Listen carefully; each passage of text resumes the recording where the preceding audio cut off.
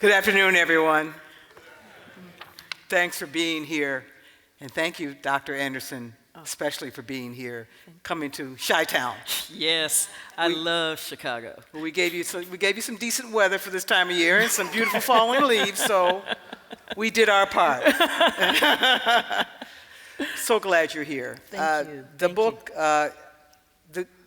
the timing of this book in this conversation is superb.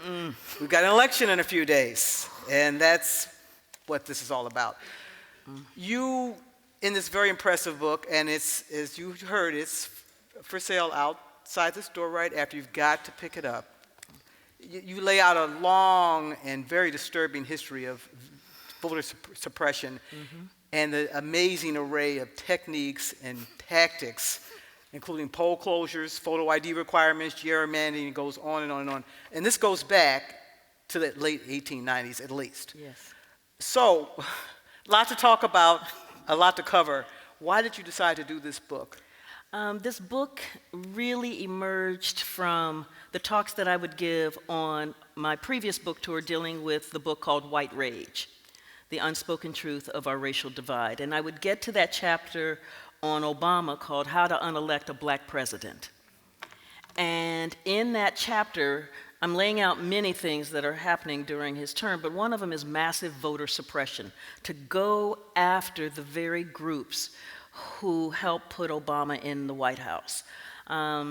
So that his ground game brought in 15 million new voters. African American, overwhelmingly African American, Latino, Asian American, young, and poor. And how the voter techniques went right after those groups.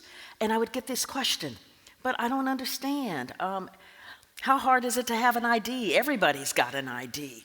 And then I would begin to lay out how exactly voter ID works. How your library card will not get you into the polling station.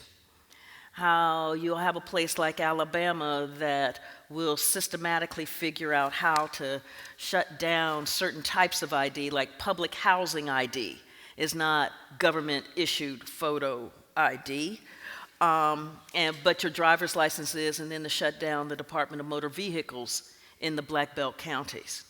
So that now, without a driver's license, you're supposed to go over 50 miles to get to the Driver's License Bureau, except you don't have a driver's license and there's no public. So as I'm laying this thing out, folks are like, and I thought, oh, I got some work to do. I got some work to do. And that's how this book emerged. And then I also knew that the midterms were coming. So the kind of misinformation that was out there that made voter suppression seem like it wasn't happening. And with this midterm coming and knowing that voter suppression was absolutely key in the 2016 election, I was like, there's a book to be done. That's how this came out. Absolutely. And I mean, you talk about people just not getting how these things like IDs and how important that can be and how easily that requirement can be manipulated. Well, another thing that I think people would wonder about is we have a Voting Rights Act. We have federal law. Oh, look, the look says everything. But the Voting Rights Act is supposed to protect us against these kinds of offenses. So why is that not the case? In a 5-4 decision in 2013, Shelby County v. Holder, via the wisdom of Chief Justice John Roberts, how am I doing so far? He argued, because what had happened in Shelby County is that they had redrawn districts in such a way that the lone black councilman in Calera City was now put in a district where over 70% had voted against Barack Obama. So in that next election, there was no black councilman in Calera City. That case went all the way up to the Supreme Court because Alabama was supposed to ask, under the Voting Rights Act, for the Department of Justice to okay any changes that it made in its districting, in its laws. Shelby County was like, nah, we don't need to do that.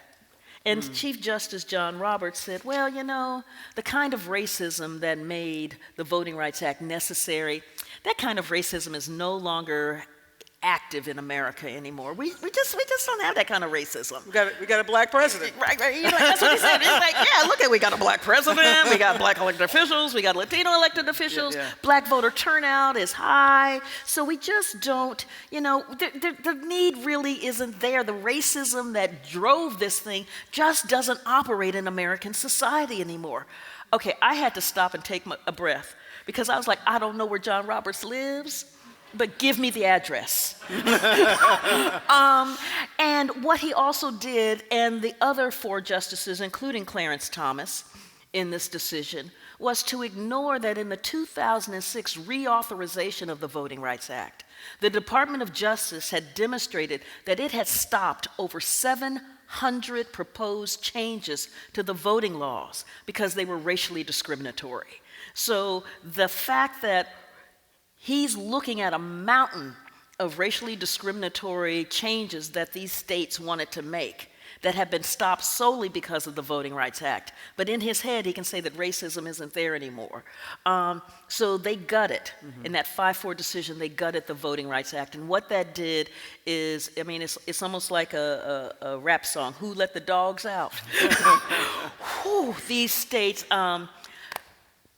Texas had already passed SB 14, Senate Bill 14, which was its voter ID law, that it knew that it could not get through a Department of Justice pre-clearance because the law was racist, and implemented it within 2 hours after the Shelby County v. Holder decision.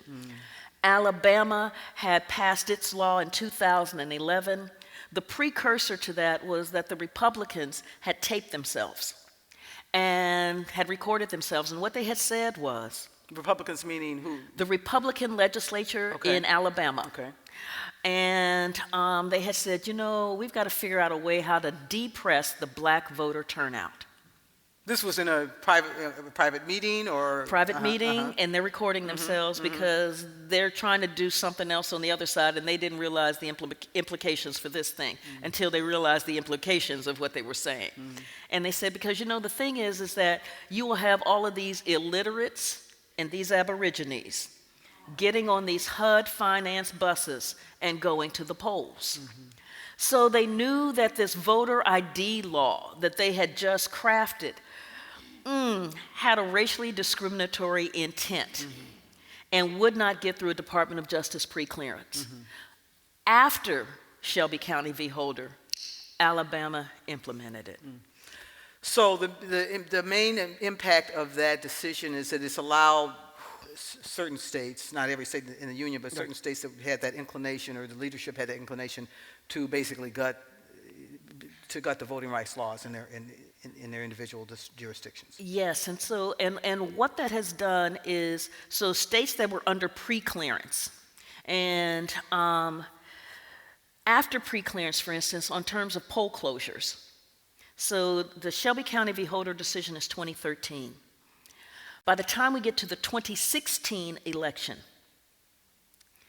those jurisdictions had already shut down 868 polling stations. Now, what that means is the research is really clear.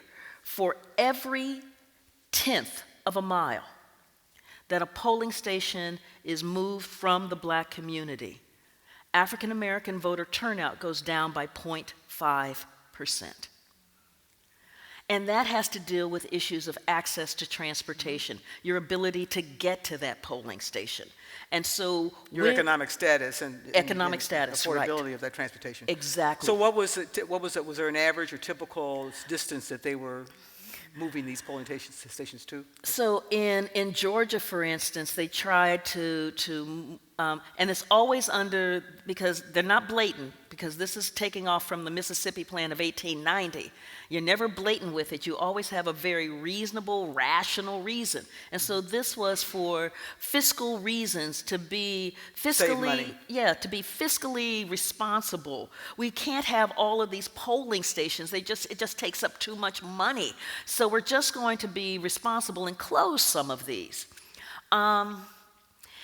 The one that they tried to pull in, there were many, in Georgia, for instance, in Sparta, Georgia, Oh, that's where my grandparents are from. Really? I Okay. know Sparta well. Okay. So Black folks. yes, Lots of them. yes. They shut down the poll. They did they did poll consolidation. That was the language. Poll consolidation.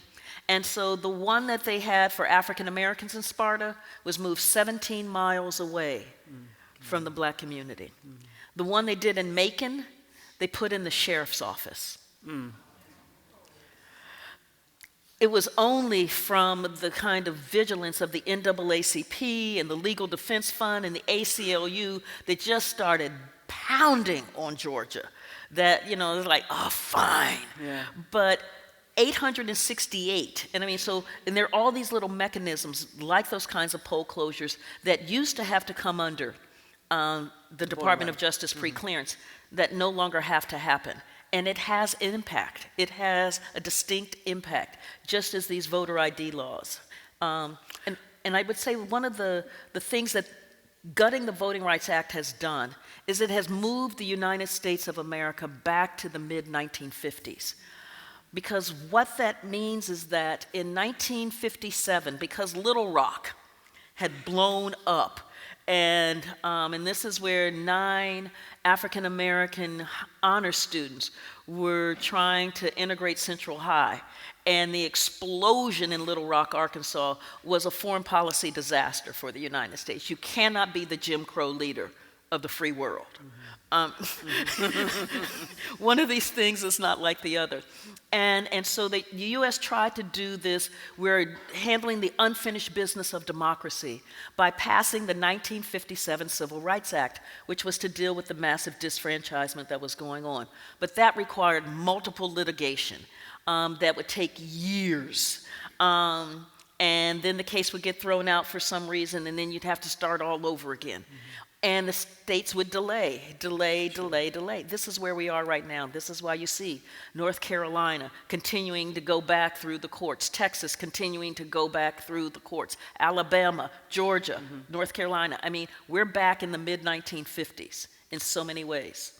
Now, one of the justifications you talk about fiscal responsibility, one of the other justifications that's often used is voter fraud, that we have to have IDs, we have to purge the rolls, we have to be very responsible for how we monitor the elections because of voter fraud. Yes. You say voter fraud is a lie. It is a USDA grade A prime beef lie. Let me be clear what I mean by that. It's almost like a Reichstag fire.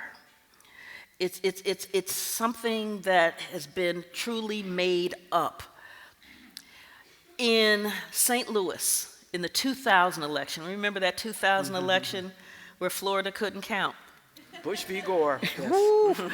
Well, all of our attention was on Florida, but what had happened in Missouri, St. Louis, Missouri, was that the St. Louis Board of Elections had illegally purged nearly 50,000 voters, knocked them off of the rolls, and didn't tell them. And so they went to go vote. And when they go to vote, their names aren't on the register. And so they're like, and the poll workers are trying to call down to the Board of Elections. And the phone lines are jammed. And so the poll workers are then sending the people down to the Board of Elections. You can imagine all of those folks cramming into that office. And the Board of Elections was, I believe the technical term, hot mess. And so people are there for hours, all day, trying to get back on the rolls because they had been illegally removed. The Democrats sued because the polls are getting ready to close and people who are supposed to be able to vote can't vote. So the Democrats sued, and the judge agreed, saying this isn't the people's fault. They were illegally removed off of the rolls. Let's keep the polls open for 3 hours to give them a chance to vote. The Republicans came in right behind that and said no, and got another judge to shut down the polls by 7:45. What the Republicans argued was that this was an attempt by folks in St. Louis to commit massive voter fraud, that we had dogs on the rolls who are now voting.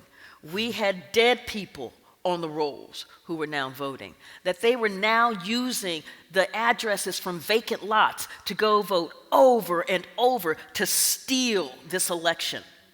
Now, the St. Louis Post-Dispatch, God, I love local newspapers. Bless you. Did some deep dive investigative journalism work on this and found that all of those claims of massive rampant voter fraud were a lie. It didn't happen. The 4 cases that they found could not be stopped by voter ID. But that, once you tell a lie over and over and over, and so Kit Bond, it was Senator Kit Bond, he took this lie into Congress as Congress is crafting the Help America Vote Act, which was to deal with the mess in Florida. How do you bring back confidence in the American people, in the quality of democracy, in the quality of our elections, that our machines can actually count? You know, little things like that. and to the reality of what had happened in Florida, Kit Bond insisted upon including voter fraud and requiring voter ID as a way to stop voter fraud. So we have the reality of Florida mixed with the lie of voter fraud now being embedded in federal law and given standing. Justin Levitt, a law professor out of California, did a study from 2000 to 2014. He found that out of 1 billion votes cast in the United States, that's Carl Sagan, billion votes, that there were 31 cases of voter impersonation fraud. So roughly 2 cases a year. That's not massive, that's not rampant. But based on this massive, rampant voter fraud, we get the rise of voter ID laws. But if you don't even believe a California law professor, believe the voter suppressors themselves, like Chris Kobach out of Kansas. When Chris Kobach is before a federal judge and he has to prove that his voter suppression laws are in fact valid, warranted, necessary because of massive rampant voter fraud, he couldn't point to any cases. He could not demonstrate to the judge this massive rampant voter fraud. He said, we have all of these non-citizens on the rolls and they're trying to vote. He could not prove it. You couldn't come up with any examples at all of what he had been alleging. Yeah. There was one guy who was in the process of becoming a naturalized citizen. And so he was confused and thought that he could vote in that election, but he hadn't received his citizenship papers fully yet. That was it. But he hadn't actually illegally voted. This was okay.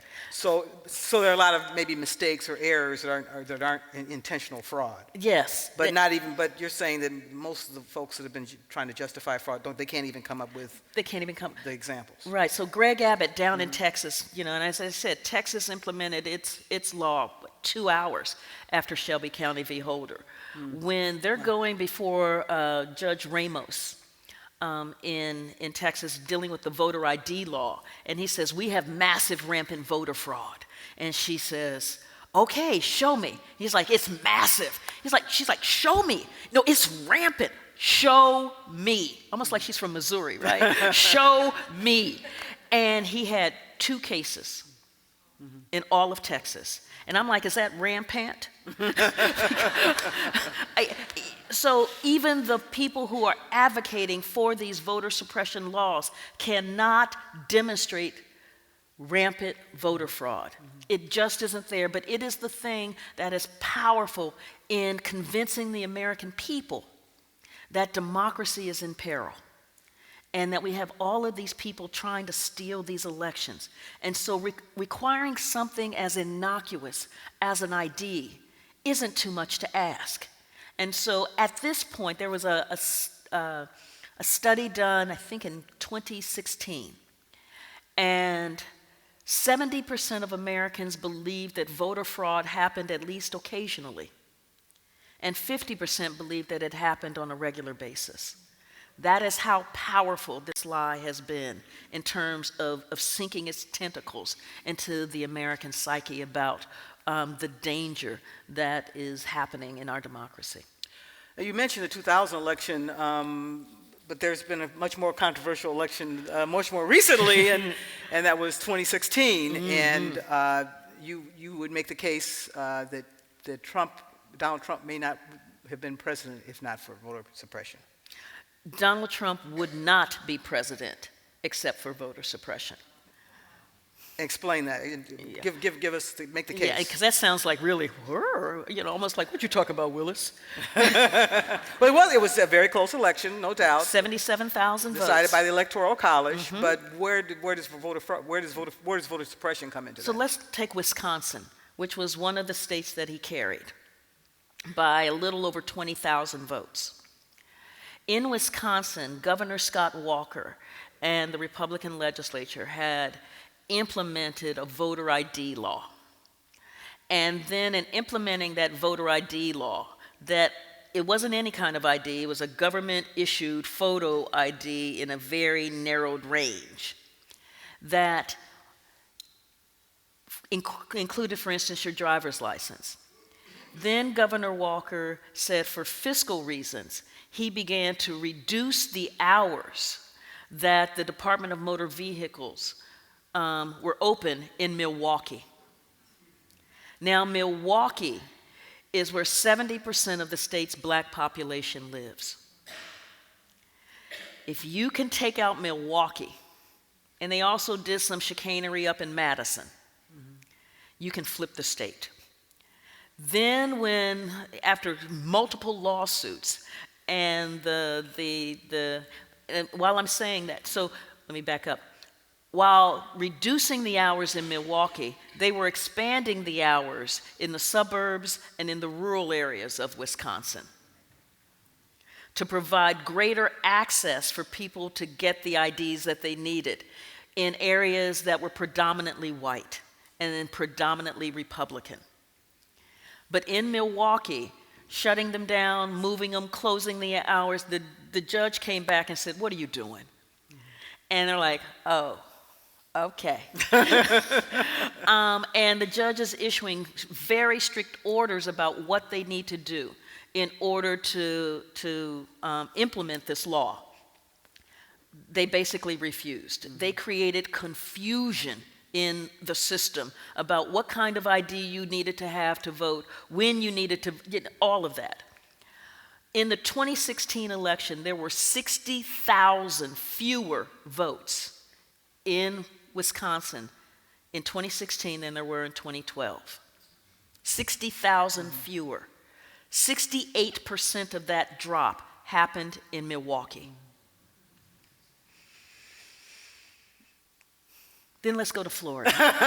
You've got to. You always got to come back to Florida, always right? coming to Florida, right? When I'm teaching my American History survey, and we're doing the Compromise of 1876, which ends Reconstruction, it was Florida. Florida couldn't figure out how to count its ballots. And then we did the 2000 election, now let's do 2016. Florida has permanent felony disfranchisement,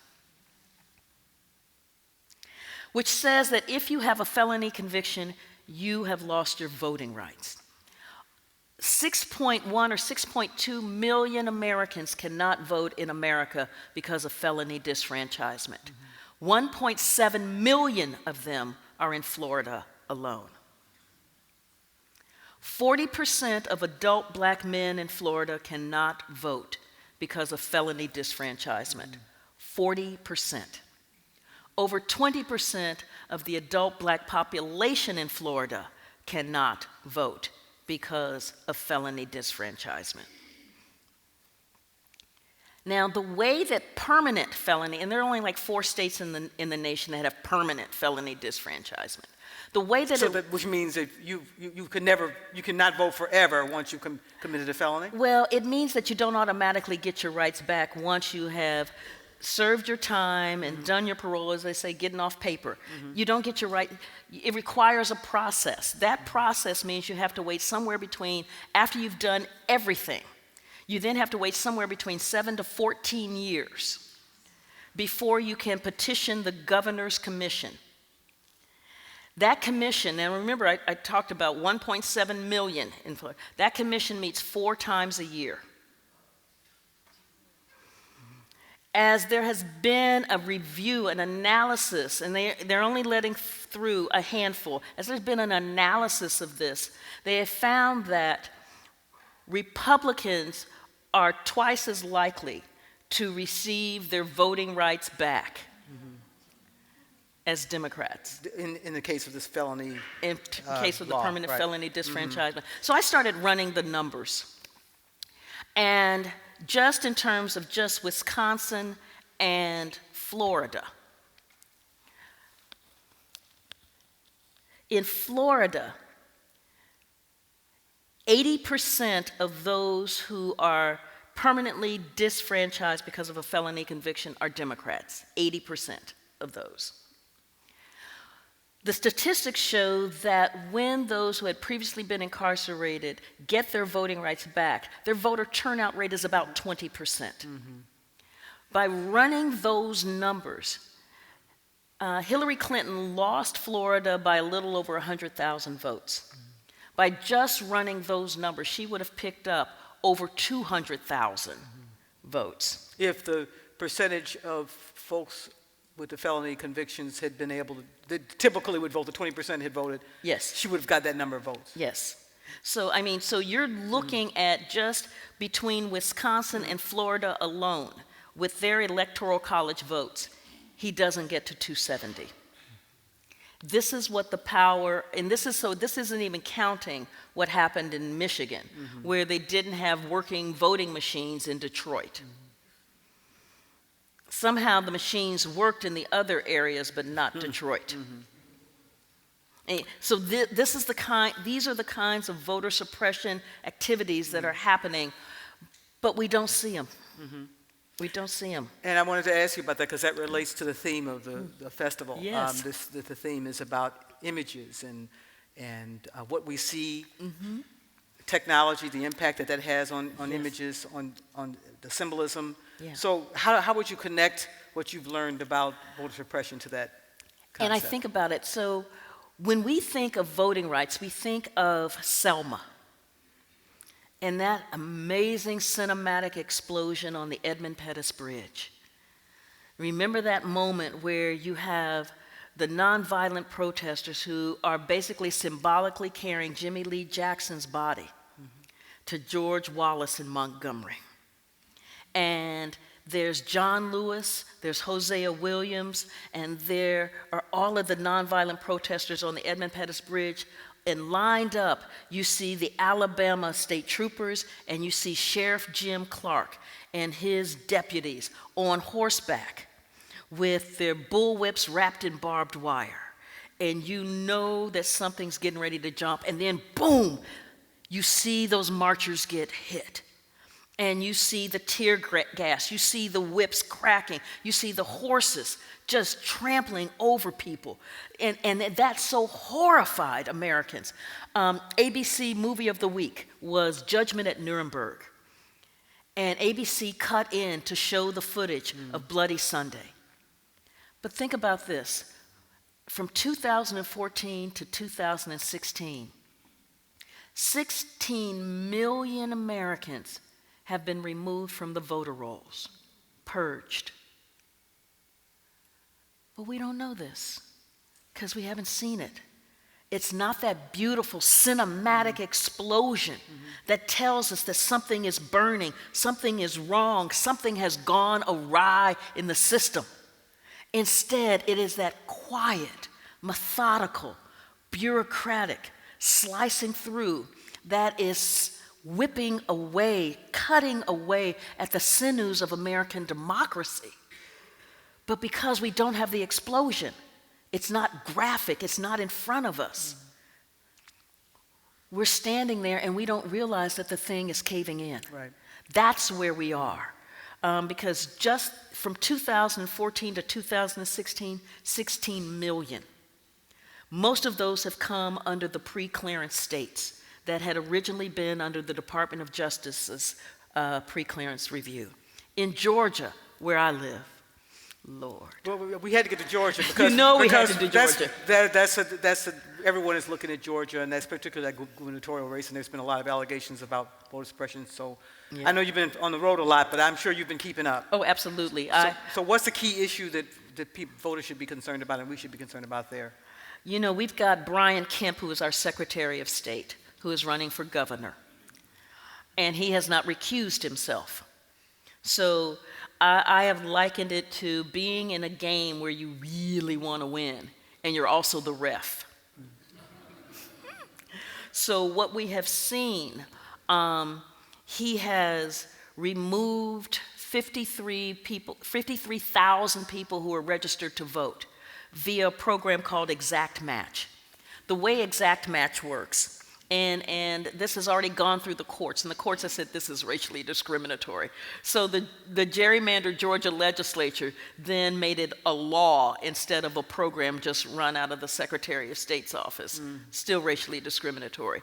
What it does is it looks at your voter registration card, and then it matches it up with whatever's in the Department of Motor Vehicles database, or in the Social Security office. So if you have, you put a hyphen in your name when you wrote up, but there's not a hyphen in your driver's license. You can be removed. You're kicked off. If there's a misspelling somewhere, if there's an accent on Renee that you wrote, but not an accent on your driver's license, you're kicked off. And how is that you would argue that's discriminatory against people of color? Yes, Why is that? so many Hispanics have two last names. Sometimes you see the hyphen, sometimes you don't. African Americans sometimes have very interesting names. We do. Yes. Yes. And so if there is an IE in one spelling but an EI in the next, instead of giving the person an opportunity to say, no, my name is really spelled EI, just kicked off. And so one of my colleagues, in fact, who teaches at Emory, got one of those, your registration has been held up because there's been a discrepancy. But she doesn't know what the discrepancy is. They don't tell you. And so when Brian Kemp says, oh, there's no problem here, they can just come to the polls and just bring their ID to prove they are who they are. But if you don't know what the discrepancy is, you don't know whether you need to bring your birth certificate, whether you need to bring your marriage license, whether you need to bring your Social Security card. What is it that is the discrepancy that is therefore kicking my registration out? And I'm in this electoral limbo. 70% of those in this latest round were African American out of 53,000. 70%. I don't even know where to begin with Brian Kemp. I mean, it is just, and so we see poll closures. In Georgia, he has closed 214 polling stations. And mostly in minority and poor neighborhoods. Has anybody legally challenged his right and his role as Secretary of State to oversee the election that he's running in? Jimmy Carter did. I mean, because Jimmy Carter's in Atlanta. And Jimmy Carter said, man, you need to step down. Just come on, man. For the integrity of democracy, step aside. But Kemp is like, Legally, there's nothing can be done about it. There should have been. But it wasn't. That was a political failure then on Absolutely. the part of the Democrats. But this is part of what we're also seeing in America right now. When I talk about this, the pillars being cut slowly but surely. This is it, is that these norms that we thought were upholding democracy, the accountability that we thought was in the system, when we begin to silence the voices of American voters, we begin to skew and tilt the system. We know what this looks like. We know what the Jim Crow South looked like. In the Jim Crow South, coming out of the Mississippi Plan of 1890, which was the big disfranchisement piece for Jim Crow, by the time we got to 1940, only 3% of African American adults were registered to vote in the South. So by the time the U.S. is getting ready to fight the Nazis, only 3% are registered to vote in the South. That kind of disfranchisement affects white voters too. This is one of the things that I think is also a myth. We think that this is just targeted at black folk or just targeted at Latinos. What happened in the South was that by the 1942 midterm election, the overall voter turnout rate in the poll tax and literacy test states was 7%. Overall voter turnout was 7%. In the 1944 presidential election, and this is the big one, I mean, Roosevelt's going for his 4th term. I mean, really? Overall, nationwide, it's a 62% voter turnout rate. Wow. In the South, 14%. Wow. So begin to think about, one of the things that I do when I'm teaching, I was teaching at the University of Missouri, and I've got a classroom of 300 students in the American History Survey. And usually there's about 5 seniors sitting up in that class that waited until the last minute to take this required course. And so I'd say, okay, how many seniors do I have in here? And the 5 would slowly raise their hand. I said, great, you are the only ones I have to pay attention to. You are the only ones whose requirements and needs I have to be responsive to. So you don't want to take the exam? Don't take the exam. My freshmen are freaking out. Right? That's not fair! But this is what happens when you have such a narrowed band of a constituency that you only have to be responsive to. You see the system turn. You see it twist. You see laws being perpetrated that have nothing to do with the viability of the nation. So what happened then, when you only have to be responsive to less than 20% of your entire constituency, whereas folks in the Midwest and the North have these elections where they have to keep going out, and is that seniority just began in Congress. So this wasn't just a local event. In Congress, as these senators and as these congressmen are gaining seniority because they're winning elections over and over, they're then taking over the key chairmanships of the Foreign Relations Committee, House Appropriations Committee, Judiciary Committee. I mean, in terms of these really big, powerful committees, you've got the South then setting federal law. That's what happens when we don't have a viable democracy. Well, we're going to take some questions in a few minutes, but I have one hopefully more hopeful question. Okay. And you write in the book about the resistance, and there's been a lot of people fighting back very hard. Yes. Maybe you could tell one story about that and the lessons learned from that, and what can we do going forward to resist and to fight this? Thank you, because so as I lay out in the book, there are these multiple methods: voter ID laws, voter roll purges, gerrymandering, poll closures, etc. But it can look like a really dim, we're in Chicago, a blues book, right? But people fought back, and so I zero in Alabama, in the Doug Jones-Roy Moore battle. Because Alabama had deployed every method of voter suppression against its black population. And it looked like Roy was going to win. But so let me tell you one piece of this. In 1901, Alabama, in its Jim Crow Constitution, wrote in there that those who have been convicted of a crime of moral turpitude have lost their voting rights. Now, there is no crime on the book called moral turpitude. But if you try to vote, but you've been convicted of a crime that falls under this banner of moral turpitude, then you get hit with a felony. And so this was a massive disfranchising device. Because it was never defined. You didn't know what the definition of. You didn't know what it was.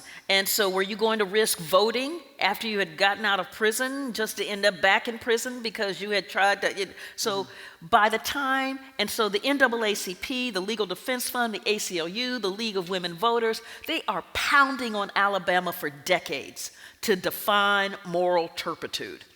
Finally, in 2017, Alabama passes a law to define moral turpitude. Murder, rape, treason. Drug offenses, not moral turpitude.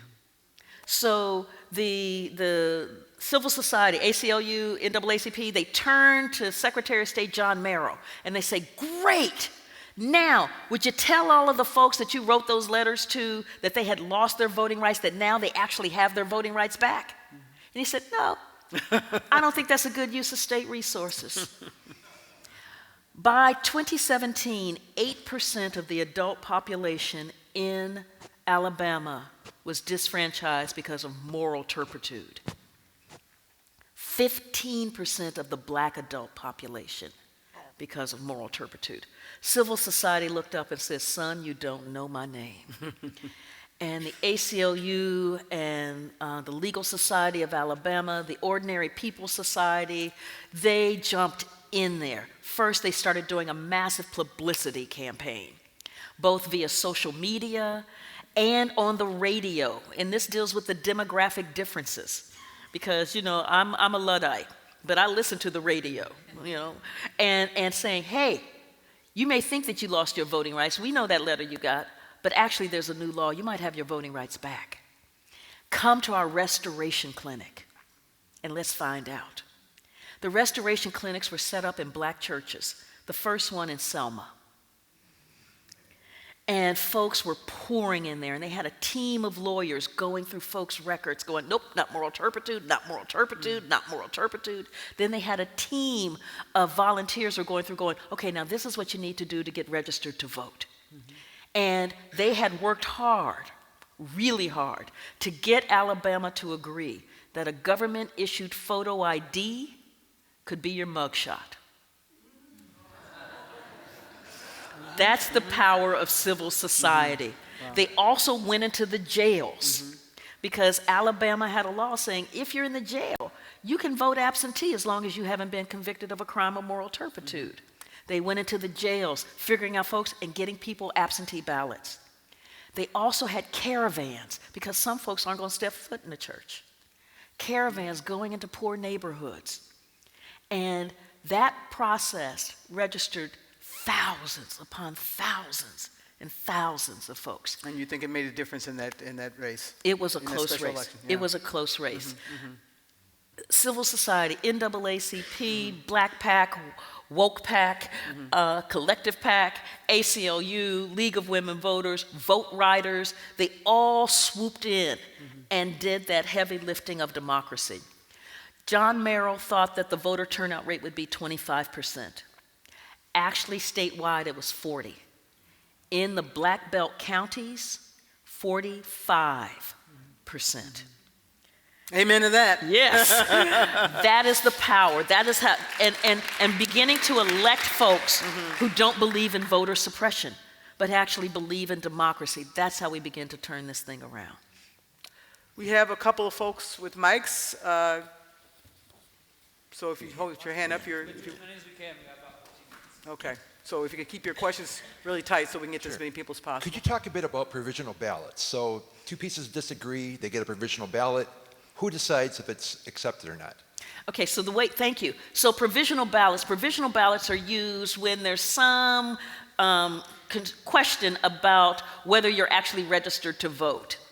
And so the way that the provisional ballot works is that you've got a limited amount of time as the voter to go back to the Board of Election with proof that you are who you are. Only 1/3 of provisional ballots are counted. Most of the provisional ballots are used in minority precincts.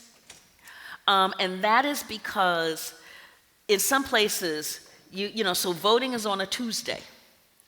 In some places, you have to come back to the Board of Elections by that Friday.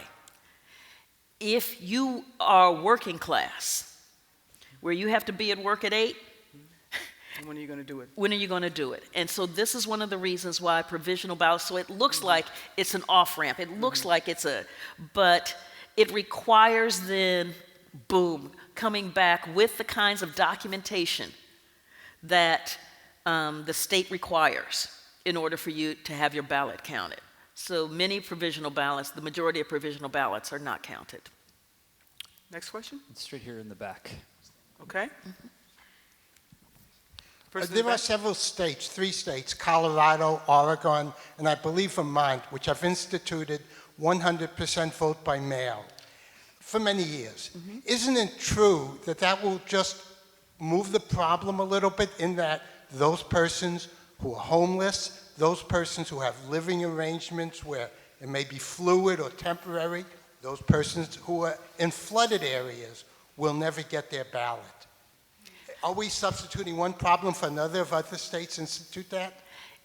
You know, those states that have implemented solely voting by mail, many of them have higher voter turnout rates. But yes, it is not a panacea, and that's one of the things that we have to be really clear about. Many of these things aren't panaceas, but it's moving us closer to where we need to be. Because it begins to deal with the problem of poll closures. It begins to deal with the problems of you got to be there on a Tuesday for those states like Alabama that don't have early voting. And those states, for instance, one of the pieces in the conclusion that I deal with are those states, for instance, like Oregon, instituted automatic voter registration so that the moment that you deal with the Department of Motor Vehicles in some fashion, you're automatically registered to vote. So you don't have to go through all of those hoops. And Oregon implemented that because it wasn't satisfied that it was one of the states that had the highest voter turnout rate in the nation. They wanted more. They wanted more. Good for them. And California added to that by saying, not only are we going to do automatic voter registration, but we're going to pre-register 16 and 17-year-olds so that when they turn 18, they're automatically registered to vote. I just saw a figure, and I'm going to get some of this wrong, but this year, California, 78 or 72% of all age-eligible adults in California are registered to vote. That is phenomenal. Yes. Yeah, in your most recent book, you mentioned something about in the 2016 election that the Russians hacked and got involved in the black voter turnout. Can you just talk a little bit about that, please? Yes. You read the book. Yeah. And so we've heard Russia, Russia, Russia. One of the things that the Russians did, and we've got this pretty well documented, is that Russia knew where the fault lines were in American society and played us like a fiddle. They would pretend online to be black activists who are concerned about the people, about the struggle. Yeah, right? And they were coming off hard in their, demand, da-da-da-da-da-da-da-da. And then after they had proven their bona fides after being there for a while and engaging with other black activists, like over police shootings and that sort of thing, then they would say, you know what? This system is rigged, it's corrupt. We need to show them our power and just stay home and not vote. Now, you begin to think about how, I know I have been, in 2016, I was in the black community. I live in the black community. And you would hear these kinds of rumblings, system is rigged, Trump and Hillary are just the same. Yeah, we need to just show them our power. And I was like, and trying to do a lot of education to undo that damage. But let me be really clear. The Russians would not have known where to hit unless we had already drawn a target around it. The other thing that the Russians did, because let's be really clear, they don't care about us. The other things that the Russians did is that they started doing social media in these hardcore voter suppressor states, talking like in North Carolina, talking about this massive rampant voter fraud that was happening in this city and that city, and when are the Republicans going to do something about it? So on one hand, they're telling black folks, stay home. On the other hand, they're telling major voter suppressors, like the folks in North Carolina, where the Fourth Circuit said, you have targeted African Americans with nearly surgical precision, to suppress even harder. Because what the Russians understood was how essential the black vote was to the Democratic turnout, to Hillary Clinton's success. And the last thing Putin wanted was to have Hillary Clinton in the White House, because she was going to hand him his. Next question. We have a question in the middle. Do I need to stand up? Yes. We're talking about voter suppression, which is a symptom and a manifestation of the rampant white supremacy that is so entrenched in the history of this country. Those of us who are in classrooms with the root, so the people who are strategically and subtly and methodically crafting these policies are white men, mostly, correct? So we have little white boys in our classrooms right now who may or may not be the grandchildren of these folks. What are the things that we can be doing now? What are the conversations we can be having about this now to try and stamp it out before they even get to these positions of power? Absolutely, absolutely, absolutely. So one of the things that we did, I've got to tell you,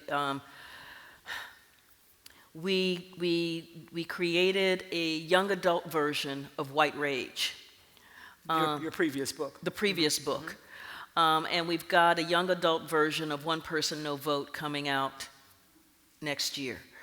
Great. To begin to lay this out to a much younger audience. And it's fact-based. Because part of the problem in America is that when we talk about racial issues or we talk about race, and we're talking in terms of either feelings or we're talking in terms of these one-off anecdotes.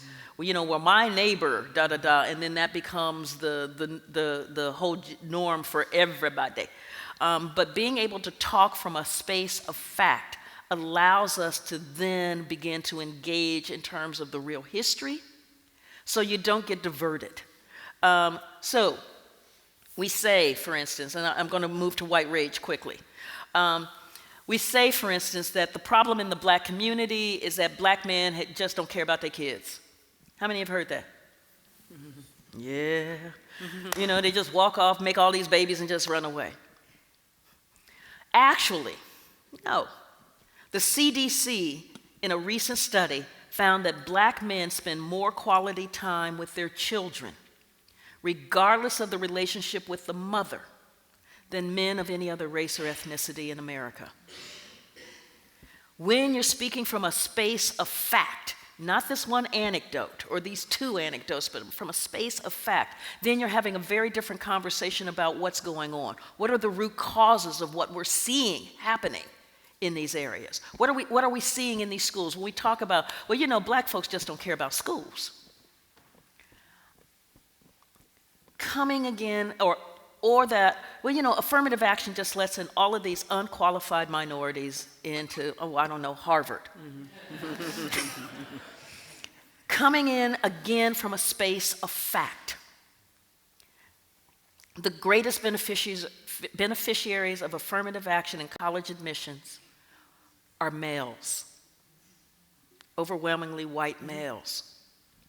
And yeah, she had that beautiful look on her face like, what? Yes. And that is because, and think about it, young women in high school really buckle down on their grades. They care about their grades, they care about extracurricular activities, they're studying for their exams, and so they have higher test scores, standardized test scores, they have higher GPAs, etc.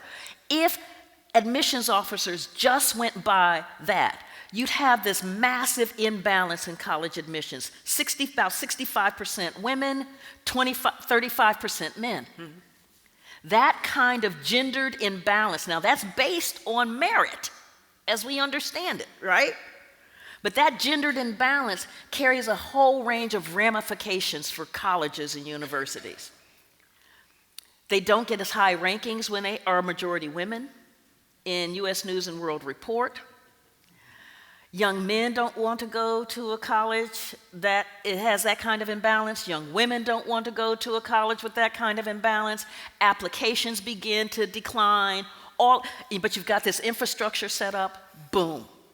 And so what happens is that college admissions officers begin digging deep in the pile to try to come up with some kind of gendered balance in that incoming class. But that's not the language we hear. That's not what we hear. We hear all of these unqualified minorities. So this is how we begin to have these conversations, is from talking about it with facts, not with anecdotes, not with suppositions, not with racial rants, but facts. This is how it works. That's how we begin to move this thing. So we just have time for one more question. Hi. Illinois has Election Day registration. What other types of policies could help more people who have the right to vote exercise that right? Illinois we're a winner, right? We're doing You're good doing stuff in pretty Illinois. good. Yeah. Thank you. Yes, yes. I mean, Illinois, I was just like, y'all bringing it. Yeah. You know, having Election Day as a holiday. You know? You know, like in Atlanta, there's a large black neighborhood here. Emory University is here. Emory is one of the largest employers in the state. What it takes to get from here, and Atlanta's traffic. Oh, yeah. And we don't have the L. You can't get here to there in time to vote. So having Election Day off where you're not having to make a choice between getting, you know, being paid and able to, you know, keep a roof over your head and food on the table, or being able to choose the representatives who are going to be making the policies that govern your life. That's important. I love same-day registration. I love automatic voter registration. I love the way that Illinois did it. Illinois looked at what Oregon did and said, we're going to go you one better. It's not just those who have the Department of Motor Vehicles, but when you're hitting any of these kind of big state agencies, like the Disability Office or like Human Services, you're automatically registered to vote. By broadening those categories, you're seeing, because registration is one of the major barriers. We need a Voting Rights Act put back in place because there are some folks who will act a fool. And that is my legal technical term.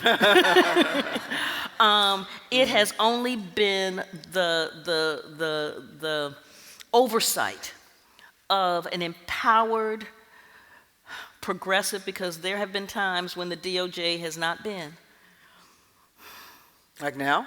Perhaps. Well, you know, so this is like, you know, so, but we need a Voting Rights Act again. Yeah, to me, those are the biggies. Election Day, same day, automatic voter registration, Voting Rights Act, and I'm sure there are a couple of others that will, you know, and we also need to be very aware that being able to get people to and from the polls, we've got to begin to start really thinking through that. That's where the mail-in ballots come in very handy for so many, because just in terms of access to the polls, but you can have access to a mailbox.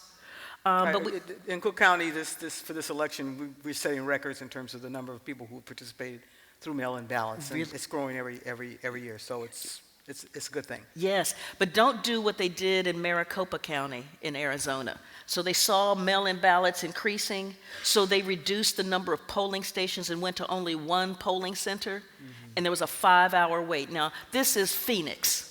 Yeah. How you have one in Phoenix? Yeah. You know, so it also requires just having some basic mother with. Well, you can tell my mother was Southern, right? Dr. Anderson, thank you for your great mother wit, for thank your you. facts, for the truth you bring us. Thank you. Great conversation. Thank you. Thank you. And she will be out there signing books right after this. That was great. That was fabulous.